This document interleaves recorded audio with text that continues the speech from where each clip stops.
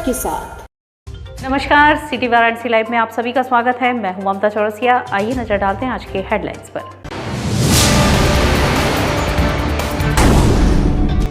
सावन के दूसरे सोमवार पर बाबा के दरबार में उमड़ी भक्तों की भीड़, शिवमय हुई काशी। राजेश जायसवाल हत्याकांड का खुलासा, बेटी ने ही प्रेमी संग मिलकर घटना को दिया था अंजाम। नमामि गंगे ने सफाई के साथ ही आजादी के अमृत महोत्सव के प्रति लोगों को किया जागरूक। और कोरोना से मुक्ति के लिए काशी मोक्षदायिनी सेवा समिति ने बाबा मशाननाथ का किया रुद्राभिषेक। और अब खबरें विस्तार से। सावन माह के दूसरे सोमवार के मौके पर काशी विश्वनाथ मंदिर में मंगला आरती के बाद दर्शन पूजन का सिलसिला प्रारंभ हुआ, जो पूरे दिन चला। इस दौरान दर्शनार्थियों को कोरोना गाइडलाइन का पालन करते हुए मंदिर परिसर में प्रवेश दिया गया।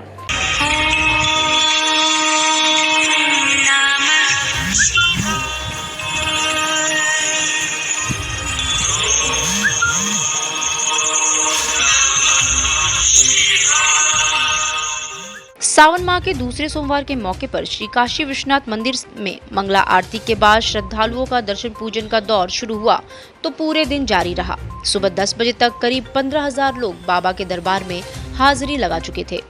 मंदिर परिसर में बैरिकेडिंग और कोरोना गाइडलाइन का अनुपालन करते हुए ही श्रद्धालुओं को प्रवेश दिया गया। एक एक कर आस्थावानों की भीड़ बाबा दरबार में प्रवेश करती रही और परिसर हर हर बम बम के उद्घोष से गूंजता रहा। दूसरे सोमवार को मंगला आरती के बाद बाबा के दर्शन आम जनता को सुलभ हुए। मंगला आरती के बाद पूरा परिसर हर हर महादेव के उद्घोष से गूंज उठा। परिसर में इससे पूर्व साफ सफाई और परिसर को फूलों से सजाया गया। मंगला आरती में शामिल होने वाले लोग एक एक कर बाबा दरबार परिसर में पहुंचे और मंगला आरती के साक्षी बने। श्री काशी विश्वनाथ मंदिर में श्रावण मास के दूसरे सोमवार पर मान्यता है कि मां पार्वती संग बाबा दर्शन देते हैं। इस दौरान दोपहर तक हजारों लोग बाबा दरबार में मत्था टेक चुके थे।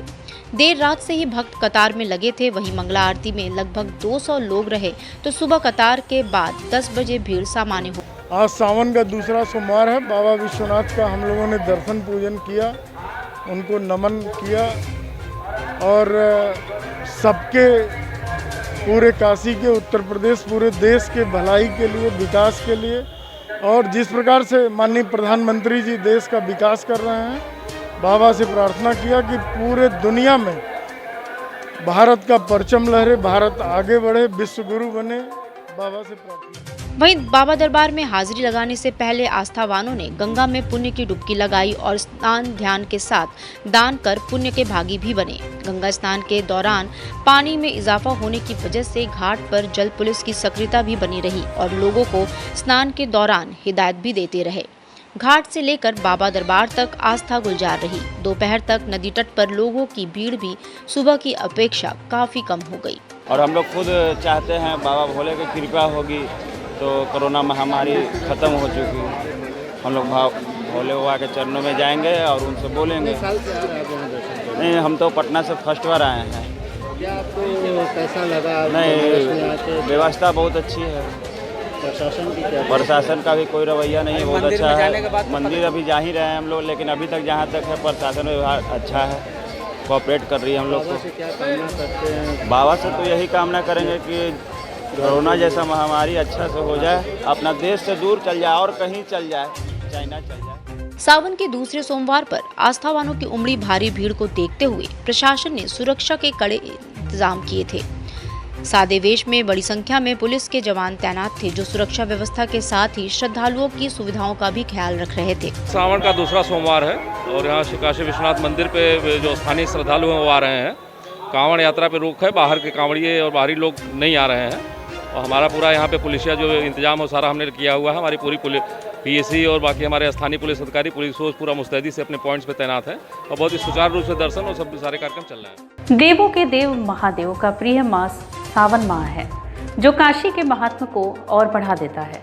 मान्यता है कि भगवान भोलेनाथ सावन मास में माता पार्वती संग अपने प्रिय नगरी काशी में विराजते हैं। देवाधिदेव महादेव के प्रिय सावन मास में काशी का महात्म्य काफी बढ़ जाता है। माना जाता है कि भगवान शिव माता पार्वती संग कैलाश पर्वत से उतरकर पूरे सावन माह अपने नगरी काशी में ही विराजते हैं। ऐसे में दुनिया के हर कोने में रहने वाला हर सनातनी यहाँ मत्था टेकने जरूर आता है। लेकिन पिछले 2 वर्षों से कोरोना महामारी की वजह से यहाँ श्रद्धालुओं के आने पर रोक है। फिर भी यहाँ लोगों की भीड़ हो रही है, जो 1 से 1.5 किलोमीटर लंबी कतार में लगकर बाबा विश्वनाथ का दर्शन पूजन कर रहे हैं। स्थानीय लोग इस भीड़ से बचने के लिए श्री काशी विश्वनाथ मंदिर में जाने के बजाय अन्य प्रमुख शिवालयों में जाते हैं। काशी में ही श्री काशी विश्वनाथ के बाद लोग मृत्युंजय महादेव मंदिर, केदार घाट स्थित गौरी केदारेश्वर मंदिर, बीएचयू मंदिर, सारनाथ स्थित सारंगनाथ मंदिर में स्थानीय लोगों की भारी भीड़ रही। दारानगर क्षेत्र स्थित अति प्राचीन मृत्युंजय महादेव मंदिर का अपना अलग ही महत्व है। मान्यता है कि इनके दर्शन मात्र से ही लोगों को काल का भय नहीं रहता। सावन के सोमवार पर तो इनके दर्शन का महत्व और भी बढ़ जाता है। यहाँ दर्शन पूजन के लिए आने वाले लोगों की भारी भीड़ को देखते हुए बैरिकेडिंग की पूरी व्यवस्था की गई थी। इसी के साथ सुरक्षा की भी व्यवस्था की गई थी।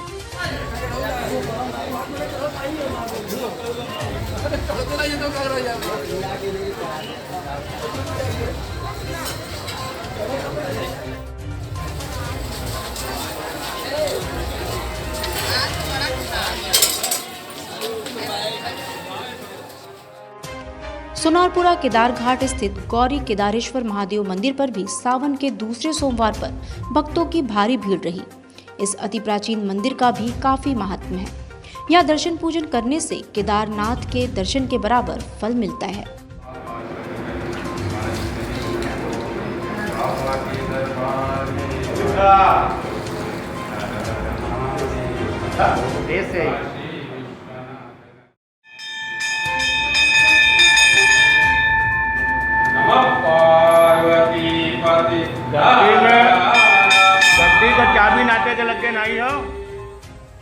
सावन के दूसरे सोमवार को महात्मा बुद्ध की प्रथम उपदेश स्थली सारनाथ स्थित सारंगनाथ महादेव मंदिर पर लोगों ने दर्शन पूजन किया।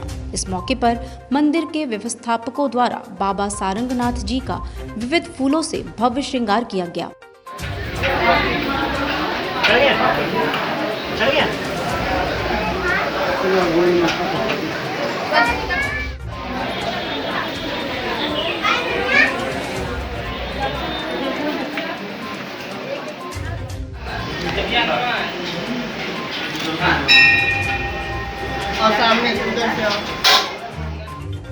काशी हिंदू विश्वविद्यालय परिसर स्थित श्री काशी विश्वनाथ मंदिर में भी सावन के सोमवार पर श्रद्धालुओं की भारी भीड़ रही।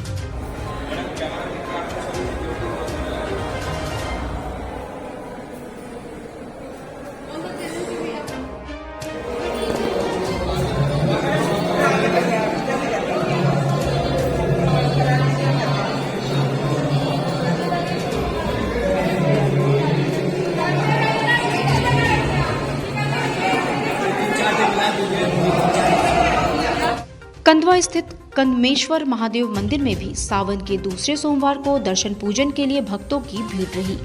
पंचक्रोशी परिक्रमा के प्रथम पड़ाव होने के कारण यहाँ का भी ज्यादा महत्व है। ये काशी का सबसे प्राचीन मंदिर है, जो सैकड़ों वर्ष प्राचीन है, जिसका निर्माण गढ़वाल वंश के शासकों ने करवाया था।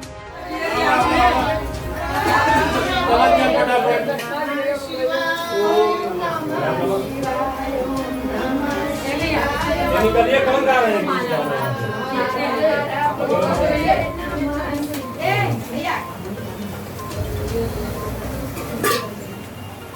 आप निकलिए मैडम। दक्षिणा करिए, अपने हाथ में दक्षिणा भी ले रही है आप लोग दक्षिणा सावन के दूसरे सोमवार को सिगरा स्थित मल्लिकार्जुन महादेव मंदिर में भी श्रद्धालुओं की भारी भीड़ रही। सिगरा महमूरगंज स्थित ड्रिल मुक्तेश्वर महादेव मंदिर में भी सावन के दूसरे सोमवार पर भक्तों की भारी भीड़ देखने को मिली। यहाँ रुद्राक्ष से मंदिर प्रांगण की भव्य सजावट की गई थी। इसके अलावा भदैनी स्थित सिद्धेश्वर महादेव मंदिर, अमरनाथ मंदिर, लोलारकेश्वर महादेव मंदिर व साधुबेला प्रांगण स्थित भव्य बनखंडी महादेव मंदिर में भी श्रद्धालुओं की भारी भीड़ देखने को मिली।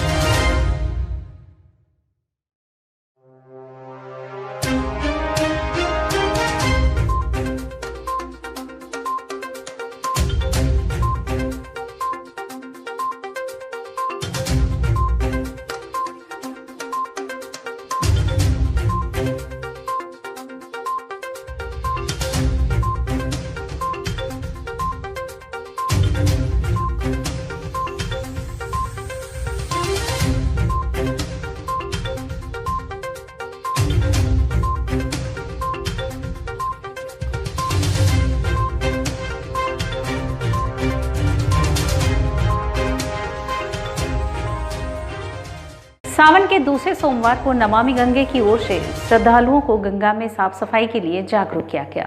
सावन के दूसरे सोमवार को नमामि गंगे की ओर से श्रद्धालुओं को गंगा सफाई के प्रति जागरूक किया गया। हाथों में राष्ट्रीय ध्वज तिरंगा लेकर भारत सरकार द्वारा आयोजित स्वतंत्रता सेनानियों के स्मरण में मनाए जा रहे आजादी के अमृत महोत्सव से जुड़ने का आह्वान भी किया गया।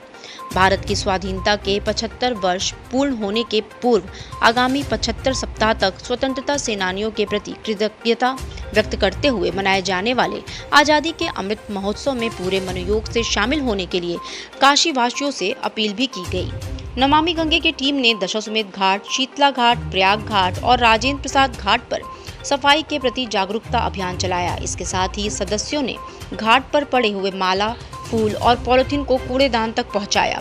सोमवार को एक तरफ गंगा स्नान हो रहा था तो वहीं दूसरी तरफ श्रद्धालुओं को गंगा सफाई के प्रति जागरूक किया जा रहा था।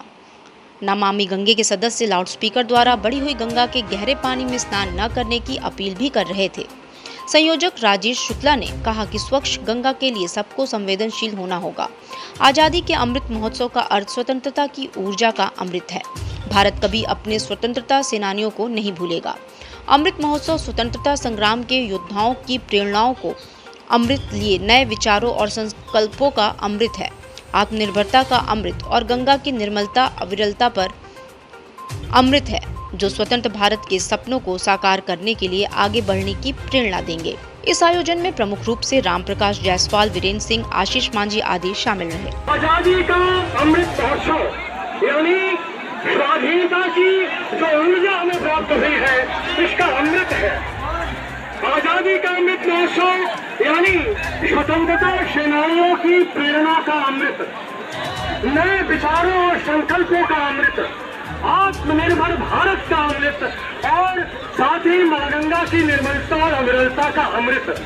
हम भारतवासी अपने स्वतंत्रता सेनानियों को न कभी भूले हैं न कभी भूलेंगे। कोरोना महामारी से मुक्ति दिलाने के लिए काशी मोक्षदायिनी सेवा समिति ने सावन के दूसरे सोमवार को हरिश्चंद्र घाट स्थित बाबा मशाननाथ का 5 ब्राह्मणों द्वारा मिलकर विधि विधान से रुद्राभिषेक करवाया। कोरोना महामारी से मुक्ति दिलाने के लिए काशी मोक्षदायिनी सेवा समिति ने सावन के दूसरे सोमवार को हरिश्चंद्र घाट स्थित बाबा मशाननाथ का 5 ब्राह्मणों द्वारा पूरी विधि विधान से, जो कि 15 फीट पानी के बीच में बाबा मशाननाथ का रुद्राभिषेक किया गया। इस दौरान भक्तों का कहना है कि काशी भगवान भोलेनाथ की नगरी है और संसार में किसी भी प्रकार की आपदा आती है तो काशीवासी पूरी भक्ति के साथ बाबा की पूजा अर्चना करते हैं और जो आपदा होती है उससे मुक्ति पाने की कामना करते हैं। मन से की गई कामना को बाबा पूरा करते हैं। पिछले लगभग 2 वर्षों से पूरी दुनिया में कोविड-19 महामारी फैला हुआ है, जिससे तमाम लोग प्रभावित हुए हैं। जन सामान्य थमसा गया। उसी से मुक्ति पाने के लिए काशी के बाबा मशाननाथ का रुद्राभिषेक किया गया। रुद्राभिषेक के समय काशी मोक्षदायिनी के राष्ट्रीय अध्यक्ष पवन कुमार चौधरी, ब्रिजेश कुमार सिंह, बाबू यादव, सतीश चौधरी, अन्य भक्तगण मौजूद रहे। मान्यता है कि बाबा मशाननाथ या काशी में जो भोलेनाथ हैं वो सबकी मंगल कामनाओं को पूरा करते हैं और इसी को लेकर, इस कामना को लेकर यहाँ पे समिति के जो राष्ट्रीय अध्यक्ष हैं पवन कुमार चौधरी और डॉक्टर, उनके साथ ब्रजेश कुमार सिंह जी हैं, वो 5 ब्राह्मणों के साथ बाबा मशाननाथ, जो कि देख रहे हैं पानी एकदम भरा हुआ है और पानी के बीच में लोग अपना इकट्ठे होकर रुद्राभिषेक कर रहे हैं। रुद्राभिषेक का मुख्य उद्देश्य है कि जो कोरोना महामारी आज अपना विकराल रूप धारण की थी वो किसी तरीके से थोड़ा स्थिर हुआ है। तीसरी लहर या इस तरीके की और कोई आपदा ना आवे, उसी के लिए बाबा मशाननाथ का रुद्राभिषेक यहाँ किया गया। और यहाँ वक्त तो चला है एक छोटे से ब्रेक का, मिलते हैं ब्रेक के बाद। वाराणसी लाइव सच के साथ। गंगा की लहरों से गलियों के छोर तक, जनता के जोर से बाजारों के शोर तक, सर्किट हाउस और पुलिस कमिश्नरेट तक हम करेंगे सबकी बात।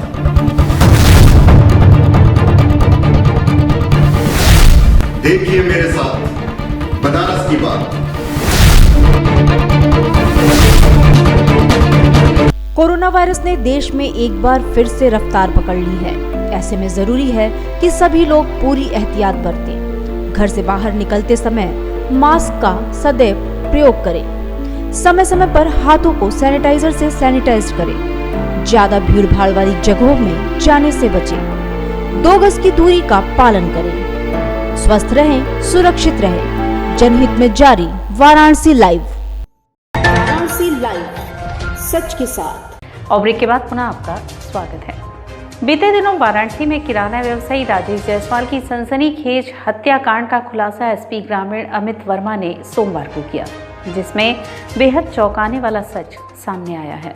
वाराणसी में किराना व्यवसायी राजेश जायसवाल की सनसनीखेज हत्याकांड का खुलासा करते हुए एसपी ग्रामीण अमित वर्मा ने सोमवार को पुलिस लाइन यातायात के सभागार में गिरफ्तार अभियुक्तों को मीडिया के समक्ष प्रस्तुत करते हुए बताया कि इस मामले में बेहद चौंकाने वाला तथ्य सामने आया है। राजेश की बेटी ने ही अपने प्रेमी जावेद से वारदात को अंजाम दिलाया था। राजेश को बेटी और जावेद के बीच का रिश्ता मंजूर नहीं था। जावेद ने अपने दोस्त आकिब अंसारी को इस साजिश में शामिल किया था। आंचल अपने पिता के बारे में पल पल की जानकारी प्रेमी जावेद को देती थी। बेटी द्वारा दी गई जानकारी के बाद ही राजेश जायसवाल की करना डांडी ओवरब्रिज पर 29 जुलाई को गोली मारकर हत्या कर दी गई थी।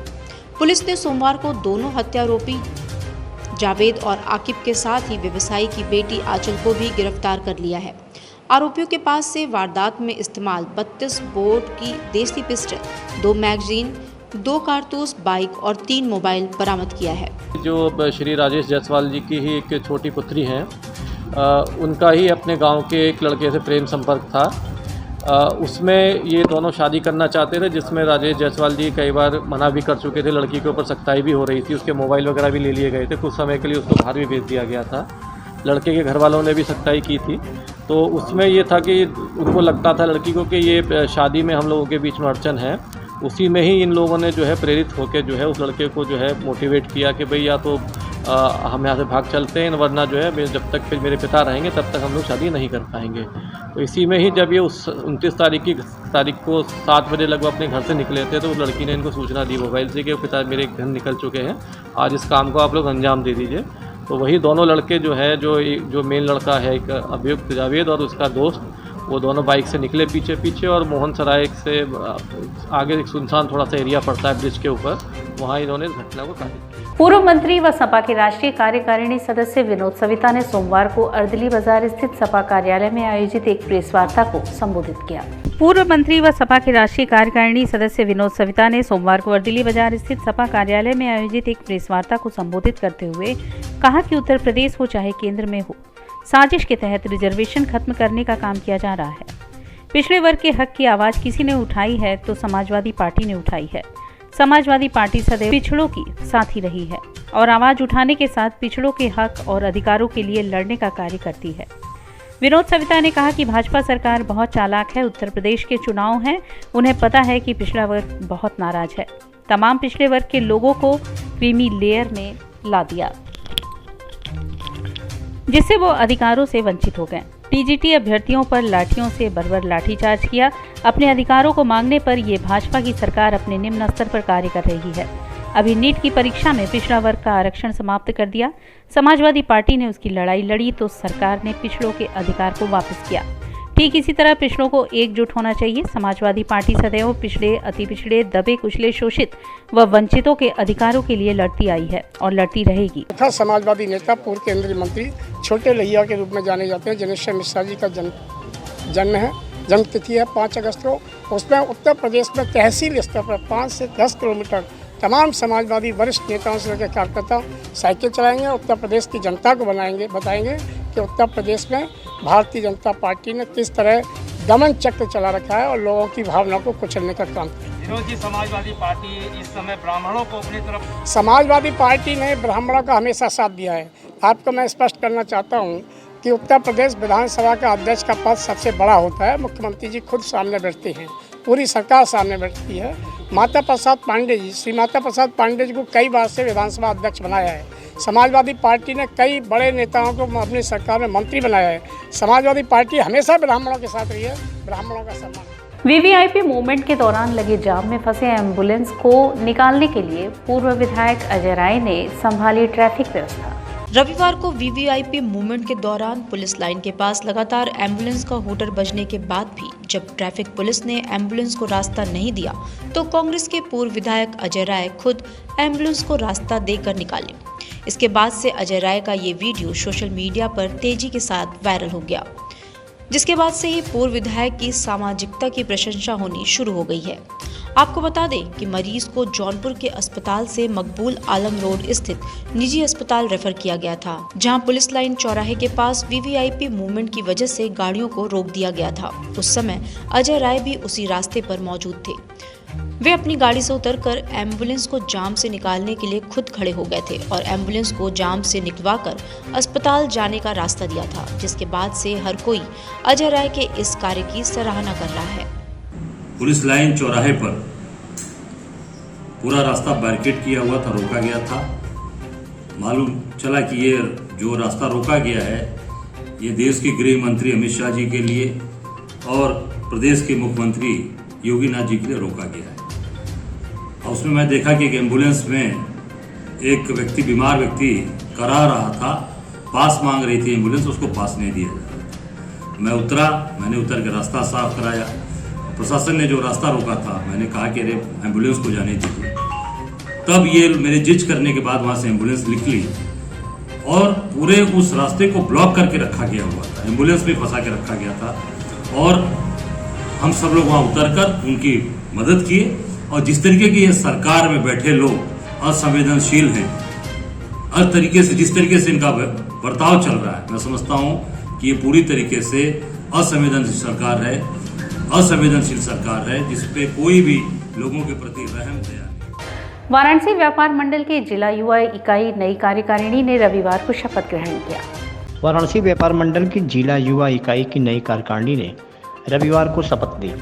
कैंटोनमेंट स्थित एक होटल में आयोजित समारोह में वाराणसी जिला युवा व्यापार मंडल के अध्यक्ष पद पर आशीष शर्मा, डॉक्टर एस.के. सिंह ने संरक्षक व महामंत्री पद पर अजीत जायसवाल ने जिम्मेदारी संभाली। संगठन मंत्री के रूप में रविंदर सिंह व राकेश मौर्य ने शपथ ली। वहीं स्थानीय व्यापार मंडलों में मंगला पटेल भाऊपुर व्यापार मंडल के अध्यक्ष व बबलू सिंह महामंत्री, रतन यादव संरक्षक बने। जनसा व्यापार मंडल के अध्यक्ष पद पर दिलीप सिंह, महामंत्री अजय गुप्ता, गोसाईपुर भटौली के अध्यक्ष के रूप में धीरेन्द्र शर्मा व नंदलाल मिश्रा ने महामंत्री पद की शपथ ली। मुख्य अतिथि के रूप में वाराणसी व्यापार मंडल के अध्यक्ष अजीत सिंह बग्गा ने नए पदाधिकारियों को शपथ दिलाई। इस मौके पर जिला अध्यक्ष नन्हे जायसवाल, राष्ट्रीय जन उद्योग व्यापार संगठन के राष्ट्रीय मंत्री राकेश त्रिपाठी, पूर्वांचल प्रभारी कविंद्र जायसवाल, प्रदेश अध्यक्ष रमेश निरंकारी, युवा अध्यक्ष संजय गुप्ता, काशी बिस्कुट युवा व्यापार मंडल के अध्यक्ष जय नीलाहानी, महामंत्री गुणगीत बग्गा, IT सेल के अध्यक्ष संतोष सिंह, विकास गुप्ता, नीरज गुप्ता मौजूद रहे। कि आप लोग ईमानदारी से, मेहनत से काम करें और सब जगह जिसको ज़रूरत हो वहाँ पे लोग पहुँचें, चाहे रात हो चाहे दिन हो।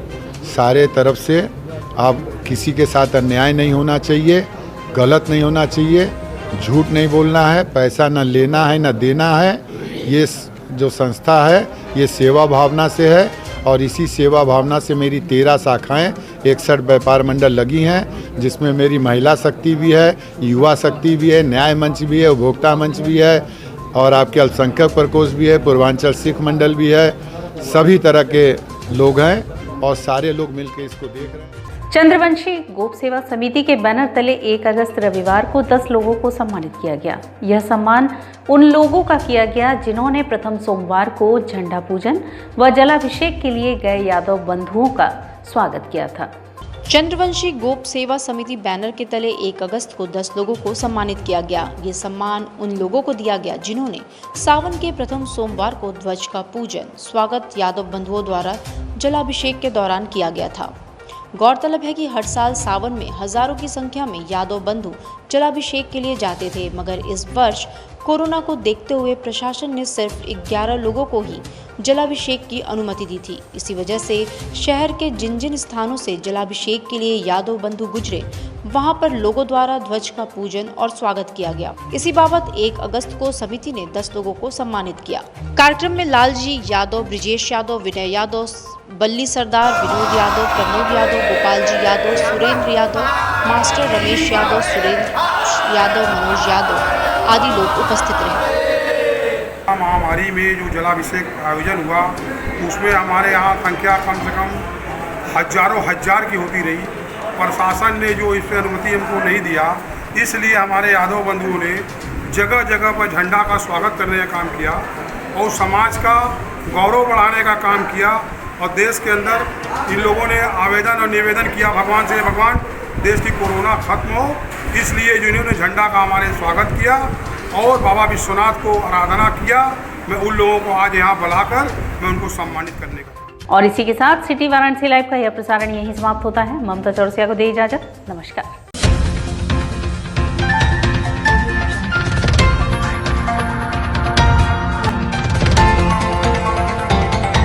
वाराणसी लाइव, सच के साथ।